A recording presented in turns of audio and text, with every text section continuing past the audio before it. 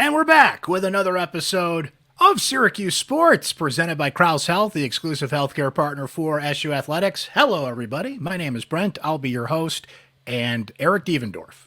What more do I have to say? Hit play. Come on. We don't need a big fancy intro for that, but we'll tell you a little bit about what's to come here with our friend Devo. So Eric Devendorf, perhaps you've heard of him, one of the more famous Syracuse basketball alums of recent years, 6 overtimes, and one of the more passionate players that Syracuse basketball has ever had, to say the least. But Devo, first of all, his thoughts on the current edition of the Orange and how they have to pull something off that he did as a young pup in 2006. Now, Jerry McNamara gets the headlines for that Big East tournament run that got Syracuse into the NCAA tournament, but Devo was on that team. What can this team in 2024, trying to do the same thing that team did in 2006, take away from that run? Does he see the right ingredients for this team to go down to Washington, D.C. and win the whole bleeping thing, as Jake Taylor once said in Major League? We talked to Devo about that. He is an up-and-coming star in the television world. How did he get into that, and where does he see that going, and the balance of letting your personality shine but being professional and buttoned up on television, right? So we'll talk to Devo about that, the amazing work he's doing in the Central New York community with his foundation, and so much more. So stick around. That is coming up here shortly. But before we get to Devo, a couple of things to tell you about, friends. First of all, we've had a lot of great episodes of Syracuse Sports lately. We'd love for you to catch up. The easiest way to do that, most of you are doing this. You're in. You got it. But never hurts to remind you to please subscribe on Spotify, Apple, wherever you get your podcast. Please subscribe to our YouTube channel, Syracuse Orange Sports, on syracuse.com. That way, whenever a new episode drops, there it is. You pick it whenever you want, right? It's like there's a nice treat in the cupboard for you. Don't want to eat it yet. Don't eat. I'm trying to eat healthy, right? I can't eat it yet. It's calling to you. You want the treat. You know you want the treat. No. But then Friday comes. You've had a good week. You've been good. And you say, give me that treat. That's the podcast. It's just sitting there, right? It's just sitting on your phone. But when you want to listen to it, when you want to watch it on YouTube. So please subscribe so you don't miss great episodes we've had recently, like with Syracuse offensive coordinator Jeff Nixon, with ACC network analyst Kelly Gramlich on the amazing Syracuse women's basketball team. The coach of the year from that team, Felicia Leggett-Jack, recent guest on Syracuse Sports. Bracketologist Patrick Stevens, 4-time All-American lacrosse star Rick Beardsley, all recent episodes of Syracuse Sports. We did a fun Axe Brent Anything episode where you guys had all kinds of questions for me, not just on sports, but all walks of life, and boy, did we have some fun with that. And you know where those questions came from? Our Syracuse Sports Insiders. We would love for you to join the growing community of Syracuse Sports Insiders. They get to text me directly, their thoughts, their opinions, their questions, whatever's on their mind. When it comes to Syracuse sports, you hear from me, my opinions first. Anything that I'm going to be writing about, talking about on the pod, you guys hear about it first. And a couple times a day, your phone dings. There's Uncle Brent with some more relevant Syracuse sports information, opinion, whatever the case may be. Text me during games. We're thinking of new ways to utilize our Syracuse Sports Insiders and being a part of the community. Here's all you have to do. Text the word orange to 315-847-3895. Sign up. It's just $3.99 a month. And then you can cancel anytime. Not that you're going to, but if you want to, the option is there. You know what's cool too? You get to try it free for 2 weeks. Give it a shot for 14 days and then come on board and be one of the hip cats. A Syracuse Sports Insider. We'd love for you to join. Check it out. 315-847-3895. Text the word orange to sign up and become a Syracuse Sports Insider today. All right, let's do it.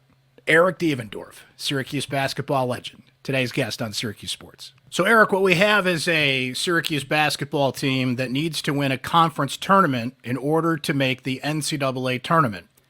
This should sound familiar for a young pup in 2006 who went to Madison Square Garden in the same circumstances. So I know different leagues, different times. A lot of things are different between then and now, but what does this team have to do that you guys did in 2006 to clinch that bid? Well, I think first off, that was unbelievable tournament run 2006. Obviously, great memories there. But I mean, this team is similar as far as they have the talent. Obviously, they don't have the height that we have, but they have the versatility. They have the athleticism. They have the, skilled players. It comes down to defense and being able to shoot the ball. But I think the biggest thing, first off, they just have to believe that they could do it. You know what I mean? Because no one else is going to believe that they could do it. The media, the outside, they didn't believe we could do it in 2006, but we went in there and I guess we did the impossible. So the first thing is just believe it as a team within that group. You have to have that belief in yourself. And then I think just take it a game at a time. You don't want to look too far ahead. We play Virginia or whoever it is. You don't want to look ahead to North Carolina or Duke or whatever it is. So believe in yourself, take it game by game. And try to make it, like a shortened season, I guess, and if you could just take it like that and then win to the next. So just be in the moment and kind of play for where you're at right now. Eric, I think this team does have that confidence. I've been in enough locker rooms where I've heard players say things just to say things and basically what they think I want to hear. And then this team, even when they were in their rough patch and were getting blown out by good teams, there was just this confidence that they had, and they had to go through some ups and downs, as we'll talk about here. I think that belief is there, but that's me. I know you've been around this team. You've been in the locker room. Do you think they have that confidence to make a run? I do. I do. I think they have the players that, have the confidence. You can see it out on the court. I mean, it starts obviously with Judah Mintz and, him handling the ball and being super confident. And then another guy, just see it come out of every single game is, Quadir Copeland. Has become one of my favorite players. Just, just his energy and his passion. You could see it when he's out there playing. He's having a good time. And I think, when you have a player like that, that could kind of rub off on the other guys. So they definitely have the confidence as a team. I think they know they can win these games. It doesn't matter who they're going to play against.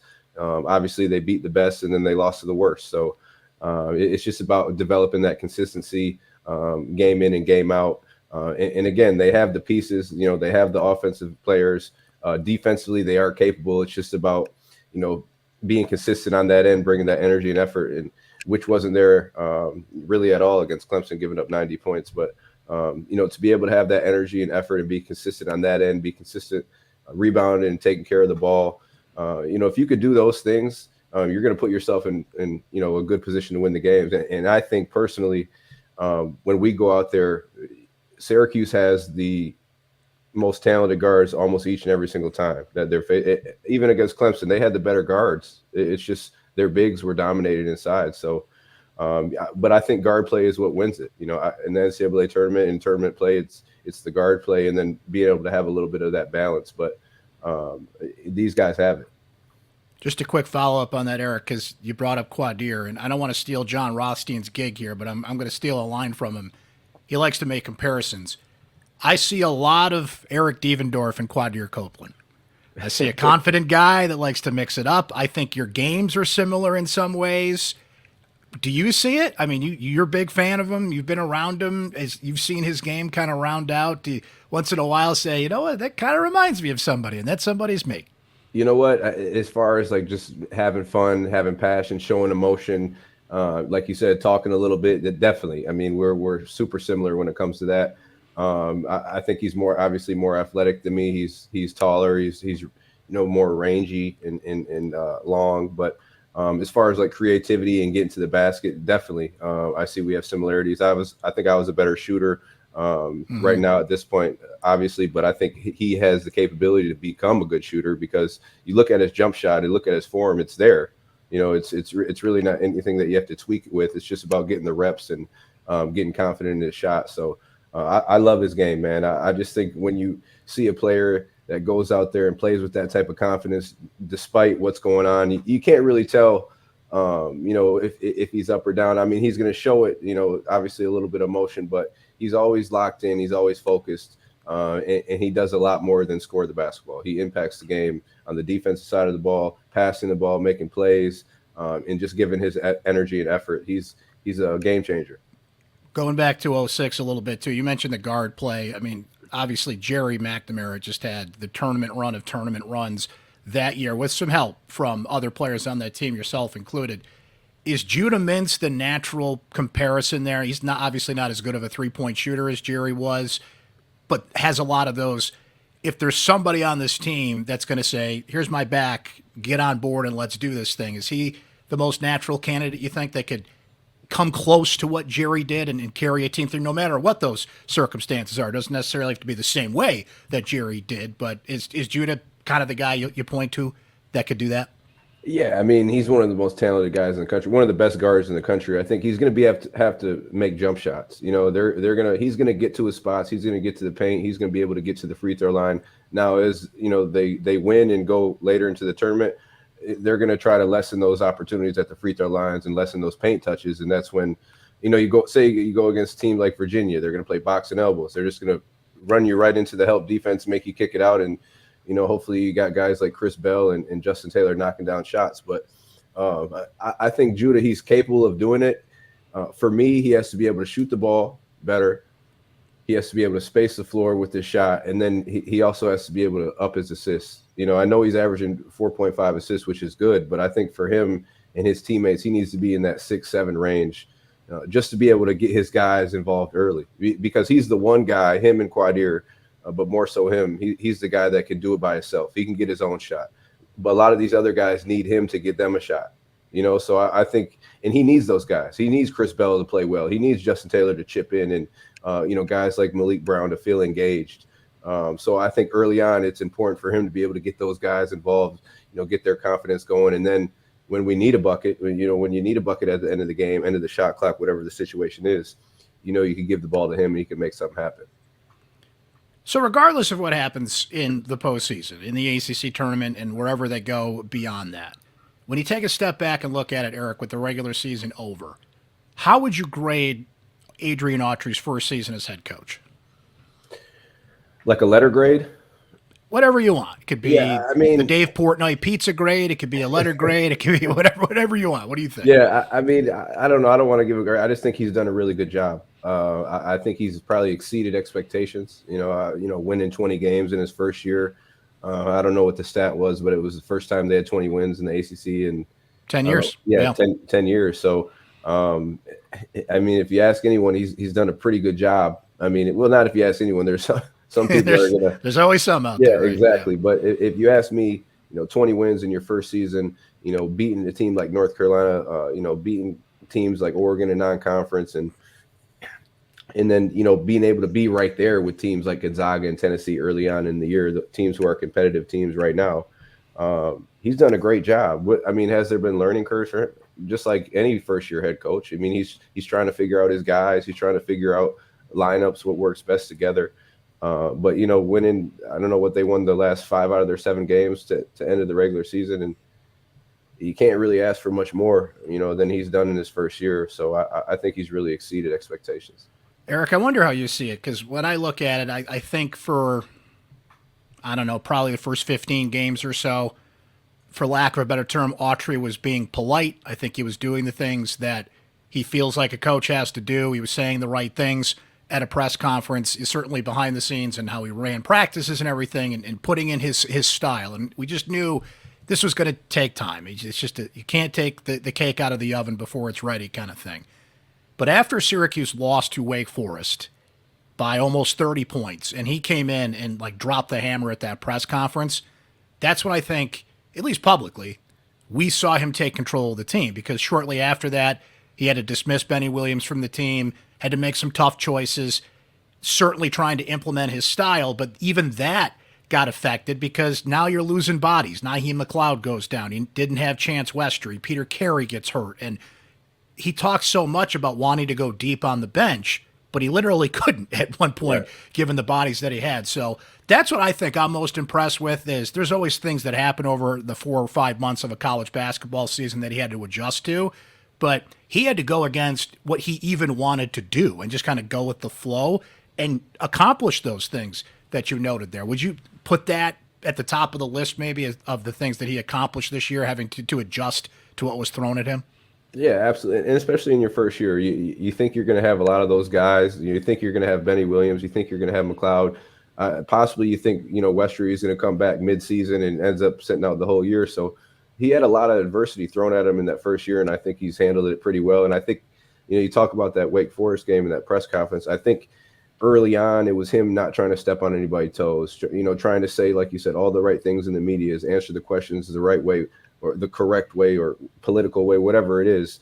But I think after that Wake Forest game, he's like, you know what, I just got to be myself. I just got to be me. I got to be Red Autry. I got to coach this team how I know how to coach. I mean, he's been a part of the Syracuse program forever. He knows the system. He knows he's got help from Coach Boeheim and the staff with Griff and Brendan and GMAC. So I think that was what kind of when he let loose and at first it's kind of like you're kind of uptight a little bit, you know what I mean? Because you're trying to please everyone. But now it's just about, being there for your team, getting your guys ready. And I think the biggest thing with Red is those guys love him. You know what I'm saying? They want to play for him. They know that he's going to be there for him. And that's huge. Just having played, it's super big when your coach is on your side. When you could go to him, when you could talk to him, when you could relate to certain things. And Red has that with these guys. And you can really tell because they play hard for him. And he's going to continue to get talent, and he's going to continue to get recruits and because of that. And then when they get there, it's up to those guys to be able to buy into what he's trying to, do with the team. And, if not, you're not going to play or you're going to transfer in this world where you're recruiting every single year after year now. So it's difficult, man. Even talking about that, just getting thrown into your first year, dealing with that adversity, and then knowing that you're probably going to have to recruit these kids again who play for you. You know what I mean? Regardless if it's almost like they have a great season and now you got to even recruit them even more. You got to pitch them all over again. Right. Exactly. Yeah. So it's a lot of moving parts that he has to deal with. And I think he's settled in and he knows what he wants to do. He has his vision and his guys are really starting to buy in. Before he hit those bumps in the road, the injuries and the things that forced him to kind of adjust to what he had, where did you see him going with what he wanted to do with this team? Maybe to separate himself from Jim Boeheim, the similarities there. Just what kind of team do you think he's in philosophy did you see him trying to implement before he had to adjust to those to that adversity and those bumps? Well, I think he wanted obviously tough-minded team. You want to play physical. You want to play fast. You want to be able to get up and down. I mean, we're used to Syracuse basketball getting out in transition, getting easy buckets, hitting three-point shots, getting alley-oops, getting exciting plays. And then obviously the difference from him and coach is, him going from zone to the man-to-man. And that's been an adjustment. I think playing zone, obviously it's definitely tough playing the zone because you got to know your spots, but you have to cover so much more space when you're playing man-to-man. The rotations are going to be a little bit longer. It's just different. So, I think we have the players who are capable, obviously athletic, versatile, but it's just about, knowing the rotations, trusting each other, communicating on that end, and really buying into what Red is, teaching them in that man-to-man defense. But I think the biggest things for him is he just wanted to play fast. He wanted to have a tough-minded team. He has that. I think for the most part, they did a pretty good job of trying to get up and down and play fast. What will help them be able to play faster is have another shooter out in that wing. So now they could really get that, get those guys out on the wings and then have that rim runner down the middle and then, Judah or Quadir pushing the ball. So that, and they're tough. And then defensively, I think that's a big part of him. His emphasis is getting that man-to-man defense down because that's been the one thing that's been inconsistent, and rebounding goes with defense, as well. And then obviously taking care of the ball. So I think if he can really get these guys to lock in on that man-to-man defense, the tools are there offensively, but you want to have that defensive part, in as quickly as you can.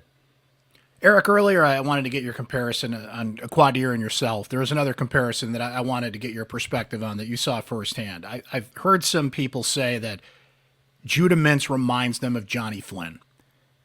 How much does Judah remind you of Johnny Flynn? It's similar. I mean, definitely as far as explosive athletics, gets to wherever he wants on the court. Not saying he is Johnny Flynn. Johnny Flynn was he's a better player. He was. I'd agree with that. He was a little bit more athletic for his size. He could shoot the ball much better. But I think as far as like explosiveness, getting to your spots, Judah's a little bit taller than him as well. Mm-hmm. And I think he operates a little bit more in the mid range. Judah does. Johnny was a guy who I mean, you could do it on all three levels. It really didn't matter. But you could see the similarities as far as, being able to get to the basket, being explosive, the confidence, the flashiness and the creativity. They definitely both had that. But Johnny was he was a better shooter. He was more athletic, and I mean those are big things right there. Being able to shoot the ball, I think that's just, if Judah could shoot the ball consistently and with a little bit more volume, that's a heck of a difference right there for the next level. Yeah, especially with what he'll be maybe looking to do here after this season. I think most anticipate he's going to take another run through testing the NBA waters here. Speaking of Johnny, I feel like that's a name we haven't heard a lot lately. We haven't seen him lately. Like, do you stay in touch with Johnny? Do you know what he's up to? We've seen so many former players, yourself included, that are around. They're in media. They came back for, Jim Boeheim's ceremony or just come back at different various times. I feel like Johnny's just one of those guys we haven't seen. Do you know what he's up to? You know what? I haven't spoke to Johnny in years, man. And it's just kind of through another party that I'm hearing how he's doing, whether it's maybe Paul Harris or somebody else that knows him. But yeah, I don't know. I haven't heard from Johnny in years, man. I'm sure he's doing good, but that's really all I know. We'd love to hear from him. Johnny, come on the pod. Yeah, we'd too, love to catch up and see what you're up to. And people are asking about you, and we'd love to have you. So we'll keep our eyes on that, and let's see. Yeah, we'll call Paul Harris and see if he can arrange something. Yeah, we'll see if he can make it happen. There you go, Eric. You have entered. Speaking of the media space, there was a game, one of the best games of the year, by the way. You had to pinch hit at the last minute and do color commentary for that Syracuse-Miami game. Picked a hell of a game to do it for, the Quadir Copeland shot. And you got a lot of great feedback on that performance. And not just from Syracuse fans, by the way. I had people contacting me that had no connections to Syracuse whatsoever. Tell me about that in terms of, I know you've done some more games since then. Are you developing as an analyst? Are you seeing some more opportunities come along here? Are we going to see more of Eric Devendorf shining bright in the TV lights in the near future? You know what? I enjoy it, man. I really do. I enjoy talking ball. I enjoy having fun. And it was, incredible opportunity. Obviously, my big brother went to Oak Hill. Corey Alexander missed his flight, got canceled. So that was when my window opened up, and I was able to get in there, and like you said, got some good feedback. And after that, ESPN just kind of put me on as a temporary worker, and just where they assigned me games, game by game. And, I got to do Charlotte at Tulsa. Then I went and did Wake Forest at Notre Dame. And now this weekend I'm going down and doing Clemson at Wake Forest. So, and possibly some games for the NIT. So it's, when they call my phone, I'm ready, man. And it's been good. I think I'm learning more about it. I got to work with some pretty cool people, Kevin Brown in the Syracuse Miami game. Pat O'Keefe, who is the radio guy for the Knicks. Last game was Jay Alter. And then this game coming up, I'm doing it with West Durham. So, come on. There you go. Yeah. Some pretty good names, and I get to learn from them. I get to get feedback from them. And then, I do my prep work during the week and just make sure I'm up to date on everything. It's not just the games, it's really the conference. You got to really, because the storylines go beyond the game that you're calling. It's really about the conference. So you got to have your knowledge up to par and know what you're talking about. But I mean, during the game, it's kind of just talking ball, man. Going off what your play-by-play guy is doing, and I've been getting used to it. I've been enjoying it. When you were here at Syracuse, forgive me for not remembering, but did you do anything with Newhouse? Did you have any thoughts about wanting to get into media? Because you said it, you just named a couple names right there. There's an army of people that have come out of Newhouse and are calling play-by-play. Yeah. But it's actually a pretty short list of guys that played at Syracuse that are out there doing what you're doing right now. So I kind of like that contrast, that you have a Syracuse guy in the media, but not in that kind of traditional path that we're used to. So I was a communications major, so CRS, Communications Rhetorical Studies, which was VPA. I wasn't in Newhouse. They didn't even have the building, the brand new building over there when I was in school. So, but no, I think that to myself all the time, like, man, like, these people that I'm working with this is what they went to school for. This is what it's kind of like their basketball. You know what I mean? So right. Yeah. This is what they've been putting their, blood, sweat, and tears into. And I'm kind of the new kid on the block, just getting thrown into it, but it's something that I enjoy and I like, and I have a passion for the sport, obviously. So I think when you love something, you have a passion for it. You can't help but to get better with it and just continue to learn from it. And I think for me, I'm willing to learn from these guys. I don't want to come in there and be like, hey, I used to play at Syracuse.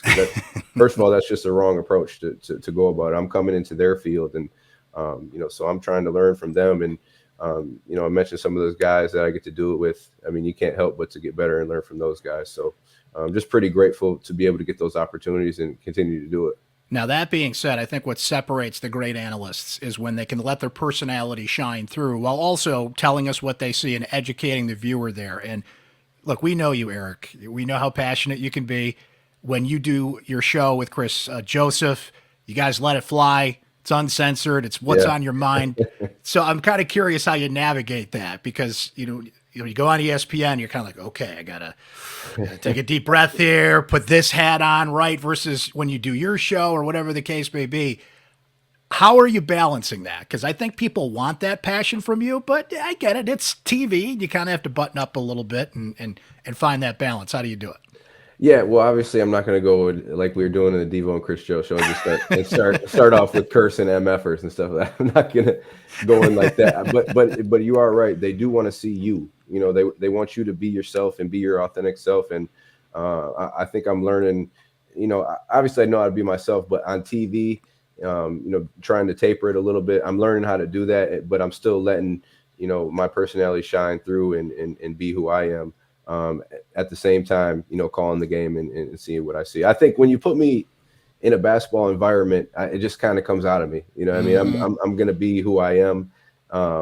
But obviously being aware of what I can and cannot say. So it's been a challenge. It's been fun though, man. It's been something that I've been enjoying learning and getting better at. And I'm hoping to keep, getting these opportunities. You don't need my advice, but if I would give you any, it's ignore social media. I need all of it. Ignore social media. That's my number one piece of advice because you can't please everybody. You just said it a moment ago, and there are people that, like even Syracuse fans that were watching the Syracuse Clemson game the other night, and there's a complaint about that game that I think everybody was universal, and they were having some audio issues with it. An enthusiastic fan that was sitting next to Reese Davis and the broadcast crew. It's a whole different issue for a different day, but there's always little things about, oh, this guy's biased and he hates Syracuse or he hates Clemson. So I feel like you being you, doing a game, there's just going to be an automatic contingent of people like, he's a Syracuse guy. He doesn't like us, right? So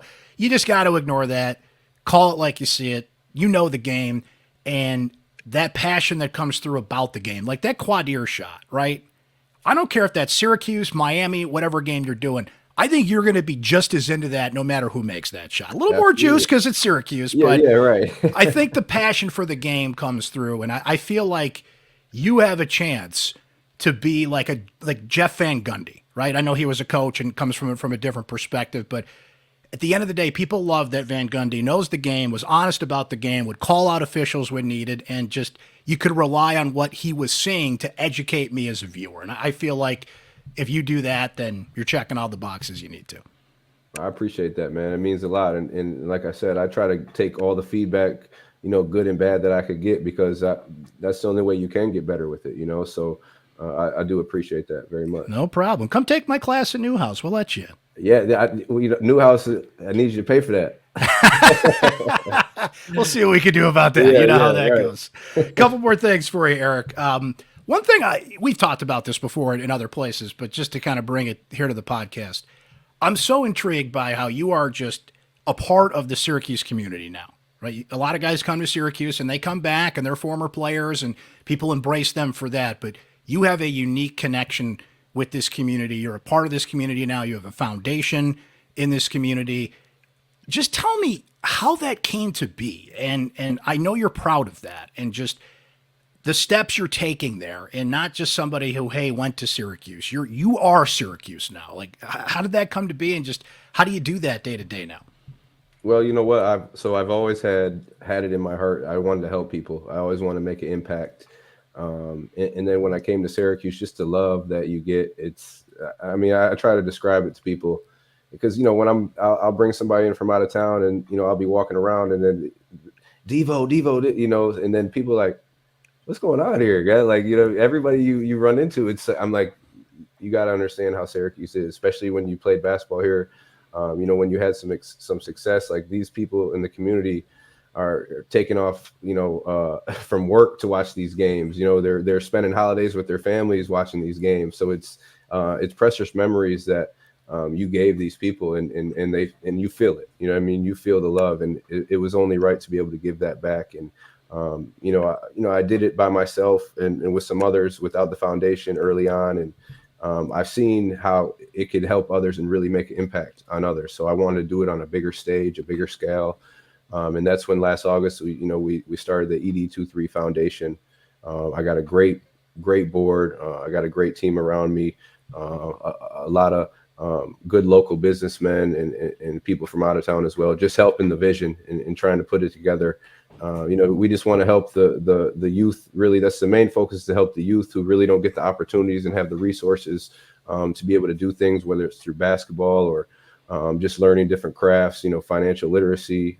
We got like a barbershop, thing we're setting up to how to learn how to cut hair and how to own a business and, health stuff. So it's just a lot of different avenues that we have with the foundation that we're trying to bring to the community. We're right now in the process of looking to get a building and, so we could hold the classes there with the basketball and all the other things that we're going to have going on with the foundation. So I'm just pretty lucky that, I've got the platform from Syracuse basketball to be able to get these things out there in the public and get these things out there in the community. And, without them helping and supporting, like none of this would be possible. It's all from, people donating, wanting to help out, people connecting me with other people and so on. So there's no community like it. And I want to be able to give back as much as I can and for as long as I'm here. And that's what we're going to continue to do, help the youth, connect people who need to be connected to each other, who have the same vision and are like-minded on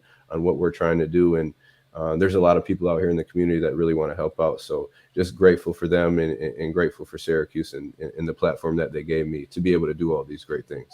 Eric, I'm intrigued by one thing you said there, and we've seen you do turkey drives and coat drives and things to help people, and those are amazing, and people can do that on a yearly basis. Particularly, we haven't had such a tough winter by Syracuse standards, but it's still tough to get through a winter here in central New York if you don't have the resources to do it. But some of those things could be temporary, right? The thing you brought up about the barber shop and job training, tell me about that and just building something that is it could set you up for life, right? And giving somebody the opportunity to find their path. Like, I think that's really intriguing to me. All those other things are necessary and amazing, but putting somebody on a path for life, if they can find that job in this instance, being a barber, or just somewhere they can find a path that maybe wasn't available to them. Did that come from conversations with people? How did you settle on something like that? Oh yeah, it came from a lot of conversations, a lot of different meetings with a lot of different people, just picking their brain and seeing how they go about things. I mean, I've talked with Robert Simpson at Center State CEO, and all the stuff that they do, and I have Al Crawford from BHG on my board, Todd Roosh, who you know pretty well from PPS. So just a lot of people who have a lot of power in the community and a lot of connections in the community, and really learning from them. And some of these businesses are billion-dollar companies, you know what I mean? So just to see how they went about it, how they grew it, how they teach their employees to go about it, and then being able to do that and have the foundation, and then putting those different things out. So like you talked about, those kids, it's not just about, you don't want to just give somebody some money and tell them go ahead. You want to teach them how to make it. You know what I mean? So now, we could have these classes for these kids once we get the building, where they could come in, 1 to 2 times a week and learn a skill, how to cut, learn how to be a banker or handle money, be a CPA. We'll have people from Pathfinder Bank, who we partnered with, to come in on a weekly basis and just teach you how to open up a bank account. Stuff in that people take for granted, Brent. Seriously, like, because especially in the community, and I know being in this community in Syracuse in the inner city, it's either like a lot of these kids are just narrowing down their options to music and sports or basketball and football. It's not, and let's be honest, like unless you're doing that every single day, and if you're really obsessed with it, you're giving yourself a chance, but even then it might not happen. Like this is like 0.1. I don't know what the percentage is, but it's unreal. You know what I mean? It's not likely.